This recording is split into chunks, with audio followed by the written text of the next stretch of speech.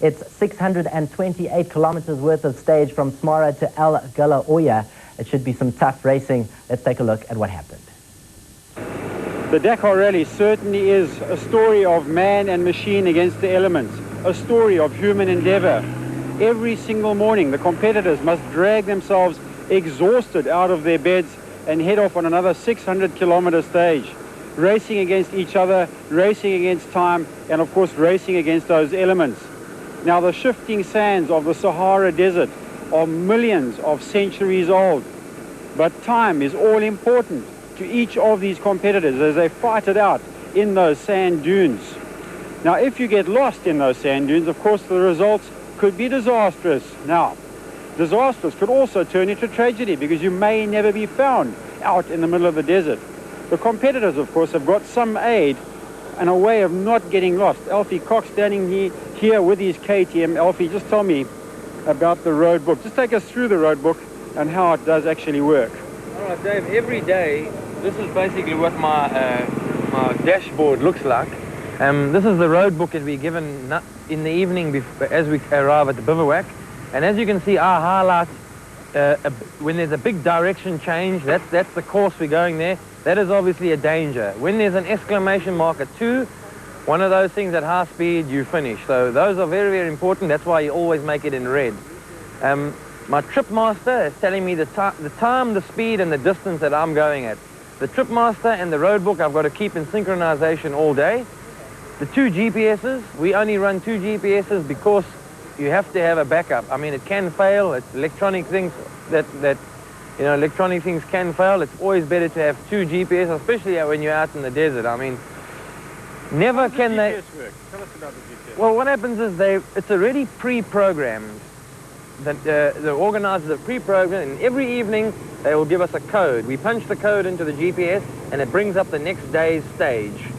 And there's an arrow indicator. We put it on to navigate, and all we do is watch the compass bearing, which we have. I've got a big one up top here, just to see the big letters, because to look down at the little letters on the screen of the GPS is sometimes difficult when the sun is at a different angle. So the compass bearing is very important. The GPS indicator is important, but never will you not be found in the desert with the Dakar organization. In front of the bike here we have a thing called the distress beacon, which if I've had a big crash or I've broken down, I pull out this little beacon, and if I've had an injury that I cannot do it, the next competitor that arrives has to take out the beacon, switch it on, and within 20 minutes or half an hour they'll be there to pick you up. Okay, just to take us through the road book, obviously you can't be turning this thing by hand as you're going along. Just show us how that actually works. Yes, the left-hand thumb works the road book. As you can see, I'll scroll it up and down how I want to see what's doing. These three buttons here change my trip master. I've just changed it there now, back to the speed. And if I want to speed it up, I can push this little button. If I want to slow it down, I'll push this button. Because what happens is you might be 500 meters out, and you keep having to correct the trip master and the road book to keep it in synchronization for those terrible dangers that they have out there.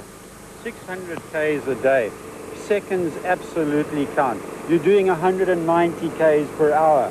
How the hell do you focus on all of this and on the road in front of you? Okay, well, a lot of it is experience. As you do more and more rallies, so you have to look at the road book fewer times. And at the moment now, I only have to glance down at the next 2 pictures. Tell myself there's a danger coming up. Remember the kilometer, but also watch the compass bearing. And it's just practice makes perfect, obviously. And in the beginning, you're like a gibbering idiot. You're down and up, and the worst part about these rallies is normally something happens when you're looking at the road book. You hit something with the front wheel, or you haven't seen a hole. That's where most of the accidents happen, looking at the road book. So once you can program yourself to just glance down at it, sort of just take your eyes off the road, look down, and then back on the road again, because obviously things are happening at a hell of a speed. Alfie, thanks very much for that information. So that's how it works. Don't get lost in the desert. That's the secret to this race. Don't lose any time out there. You do that for 3 solid weeks, you might just win the Paris-Dakar.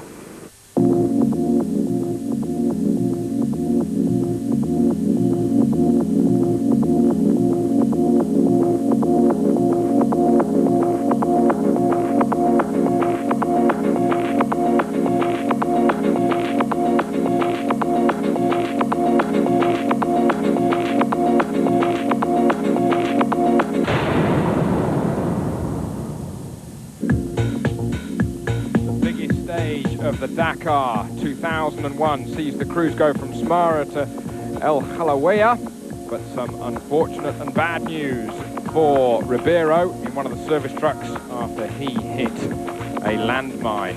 However, Juan Roma on his flat twin BMW wins the motorcycle section, whilst Servia wins in the cars.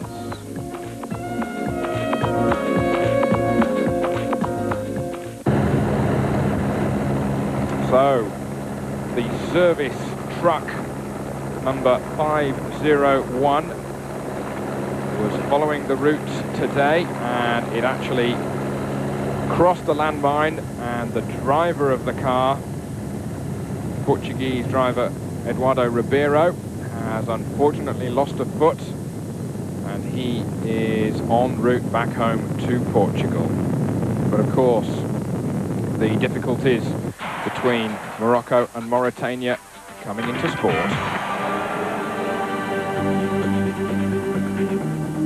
The Dakar 2001, though, is well and truly underway. And the images that we have seen so far throughout the rally striking a chord with many people.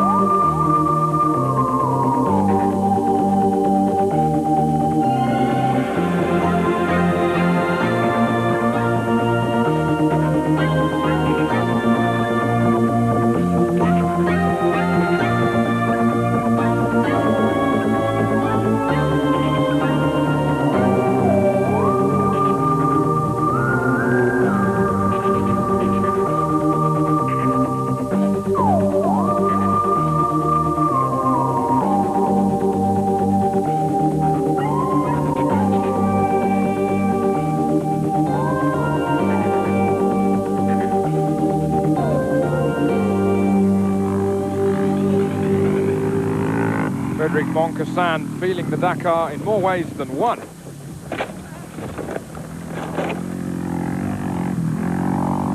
The former maillot jaune in the Tour de France having a big off, but fortunately, okay.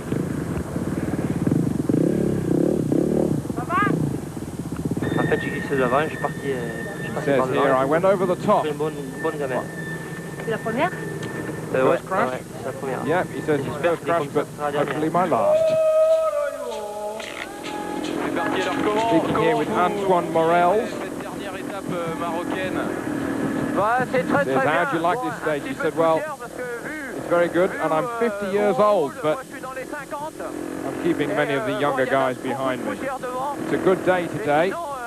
No problems yesterday, but okay today. Some sand, and it's very fast indeed. The dust is a problem? He says, yeah, the dust is a problem.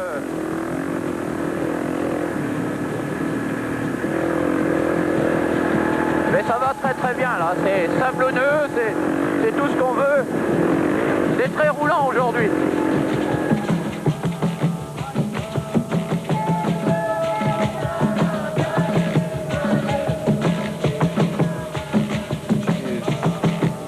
Sala on the side of the road with his KTM, and as you will see, the trailing arm absolutely shattered.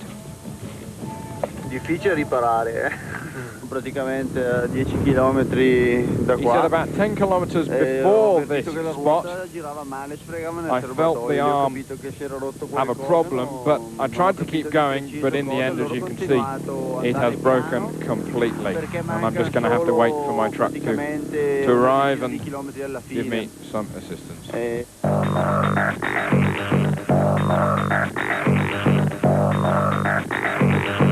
So the biggest stage of Dakar 2001 sees the crews go from southern Morocco, Smara, into Mauritania. At the end of it, we'll see the crews cross the 2 kilometre long stretch of the Erg de Maktir. Very, very difficult series of dunes. One M to another M, Morocco to Mauritania, as the border looms on the horizon. for the crews that left this morning. And here is PG Lundmark, the Swedish rider in the production class. And if you're wondering where his motorcycle is, well, it's a little bit out of shot. He's lost the chain off the machine, and as you can see, he's wandering around trying to find it, and there he catches a glimpse of it, not carrying a spare chain with him, and then running back in the early morning light to get to the machine and put it back on. English? Yes. What happened? The chain is broken and I lose my third and fourth gear too. So I'm in big problem. This night the KTM truck's coming so late. I have one spare engine, but it's I think it's coming around 2 o'clock or something in the morning. So I know what I'm going to do this night. Shit! Here we see Francois Flick towing Esteve Pujol after Pujol had run out of fuel. Eventually getting to the refueling stop. Hard work indeed.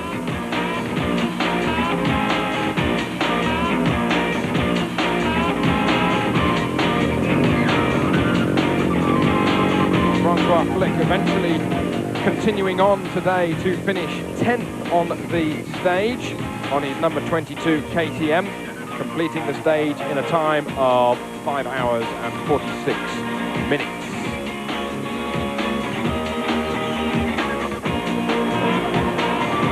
The battle up front, though, was between Juan Nani Roma,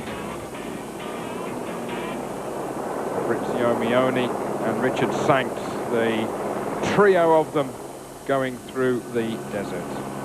Richard Sanks eventually getting to the finish of the stage in 5 hours and 19 minutes and over some very, very steep dunes indeed. Go over those too fast and you really will go over the top of the handlebars. Richard Sanks said, giving how fast it was, it didn't turn out too badly today, but he thought that the BMWs would take more time off the KTMs than they eventually did. Tomorrow, he thinks the same will be true. They have just got to limit the damage. South African star Alfie Cox said it was very, very quick, particularly once they crossed into Mauritania. He must have done 600 kilometers in 5 hours. And he also surprised that BMW didn't take more time off the KTMs. Mioni on the left, Roma on the right, and Roma with the blue machine catching Mioni. Spaniard past the Italian into the distance. Mioni continues on. Mioni fourth today, just behind South Africa's Alfie Cox, who was third. A good day for Cox.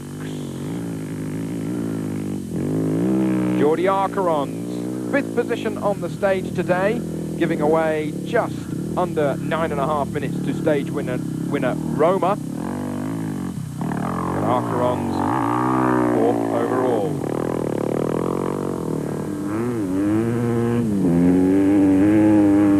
Britain's John Deacon having a better day today after what he said in the Dakar so far. He's almost had as much bad luck in one Dakar as all of his previous runs, but he on his 900cc flat twin BMW.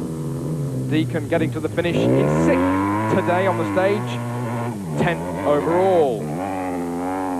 American Jimmy Lewis still having problems with his hands. He dropped the bike today and he couldn't pick it up. They don't hurt, he says, just weak. Carlos de Gavado, 8th on the stage today with his KTM in the middle of nowhere.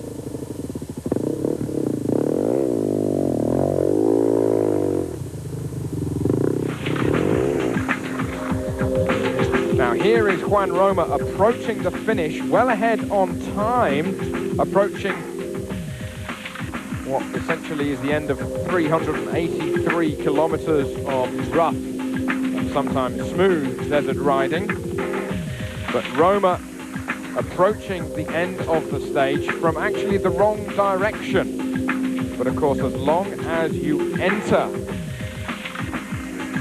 the final control zone through the last 300 meters, then you are okay.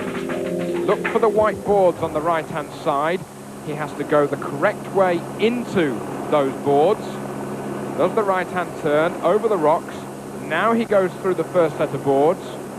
Then there'll be a space of 100 meters. Then another set past the red board, and then he can go to the finish and get his time card stamped. Eventually with a time of 5 hours, 16 minutes and 41 seconds. Roma victorious on the stage today, second overall.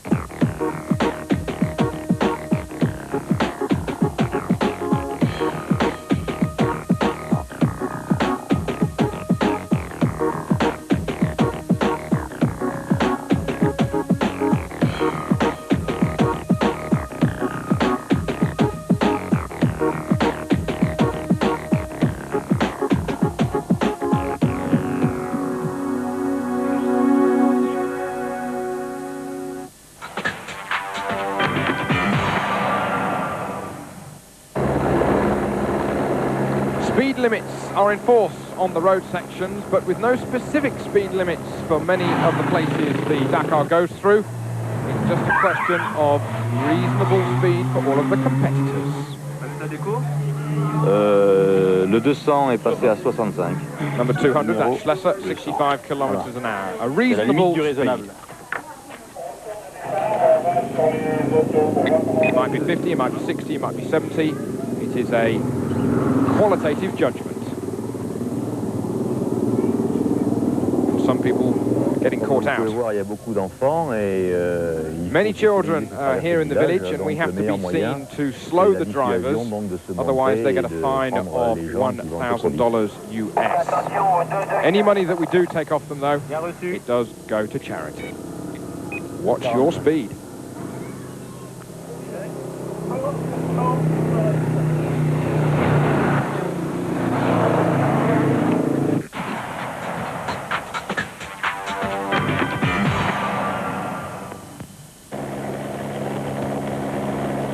So after the motorcycles, the cars have to complete 619 kilometers, passing from southern Morocco into Mauritania. And of course, the problems between Morocco and Mauritania continuing and unfortunately coming into the Dakar 2001 with the service crews. However, at the front, 202, Jose Maria Servia in his Schlesser buggy was fastest today. Two-wheel drive machine, 3.5 litre V6 mounted amidships. Servia was fastest, 5 hours, 14 minutes and 27 seconds. Masuoka victorious yesterday. Second position for him today, just under 2 minutes slower than Servia, the Japanese driver in his Japanese Mitsubishi, having a good couple of days. The Frenchman Jean-Pierre Fontenay was third on the stage today in the sister Mitsubishi to that of Masuoka.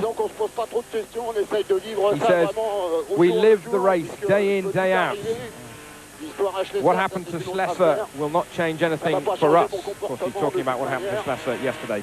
However, today he has to be careful because the stage is very long and we have no mechanics at the end, so we have to manage that everything is okay. Today is the 8th of January, and it's the birthday of my son, Ulysse. And it is his 7th birthday today, and I wish him many, many years more. So happy birthday, and I blow you a kiss. In fact, he's going to kiss his co-driver, but don't get jealous. Jean-Pierre Fontenay with a sense of humour, wishing his son a very happy birthday. And of course, Jean-Pierre talking about the hour penalty that befell Jean-Louis Schlesser. Here he is on screen after Schlesser was caught with a stalled engine in the control point yesterday and eventually having a push start, which is illegal. Here on the stage today, Schlesser losing time. Schlesser finishing 4th on the stage today.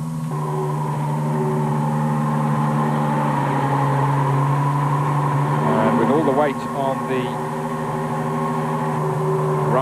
wheel, a tyre change for Schless, as he's known.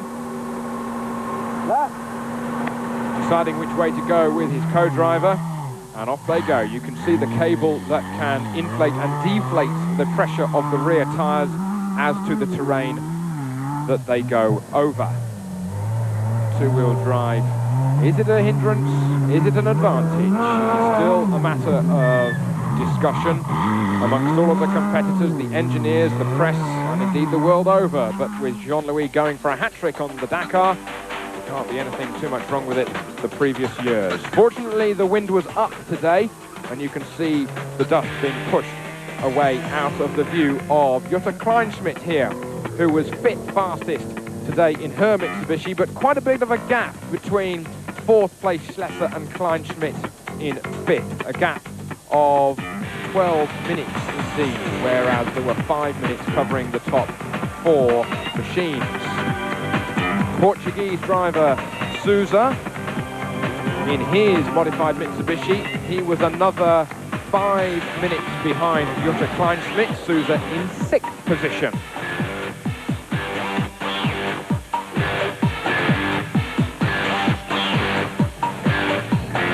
Whilst Frenchman Bruno Sarbi continues the French two-wheel drive train on the rally with his Ford.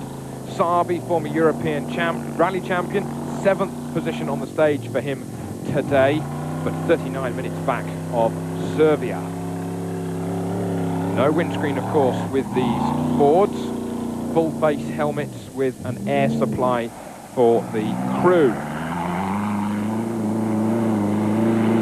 Marcy in his Toyota, the leading Toyota on the stage of the Dakar today, stage 8. But problems for Belgium's Gregoire de Mavius, even though he finished in 9th position. Here you can see him changing the front left. Gregoire tightening the nuts up there before he jumps back into the driving seat, the tall, lanky Belgian.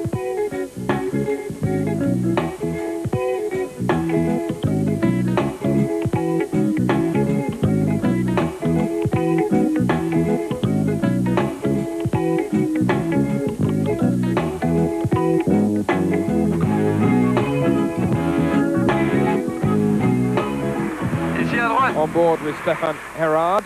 Right or left, he says. Where's the next caution? He says there are no tracks. There's nobody in front. Is this the right way? What is the direction? What have we got to do? Next danger, about another 4 kilometers. Problems though for Kenjiro Shinazuka. We lost the voltage in the battery and we put the spare one on, but now it's blowing the fuel injection fuse.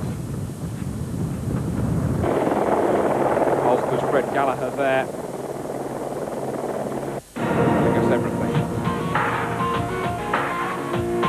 So then, Serbia victorious today. The Spaniard in his French-built buggy from Mashioka, Fontenay, Schlesser and Jutta Kleinschmidt.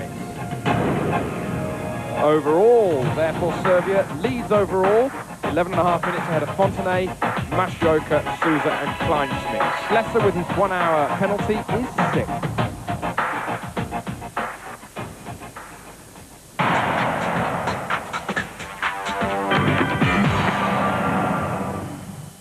Since the start of the Dakar 23 years ago, many people have used buggies along the way. Lafitte in '89 and Hubert Auriol the year before.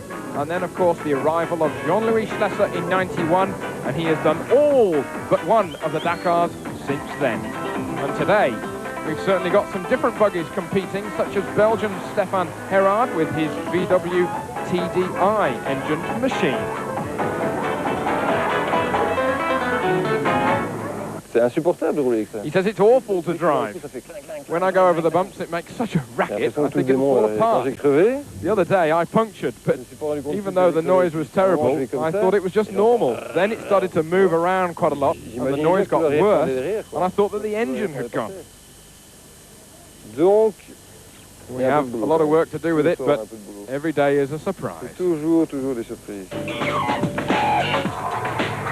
Now, last year, Stefan had the engine mounted in the rear of the buggy, over the back of the Axel, this year, he's moved it a little forward to the mid-engine.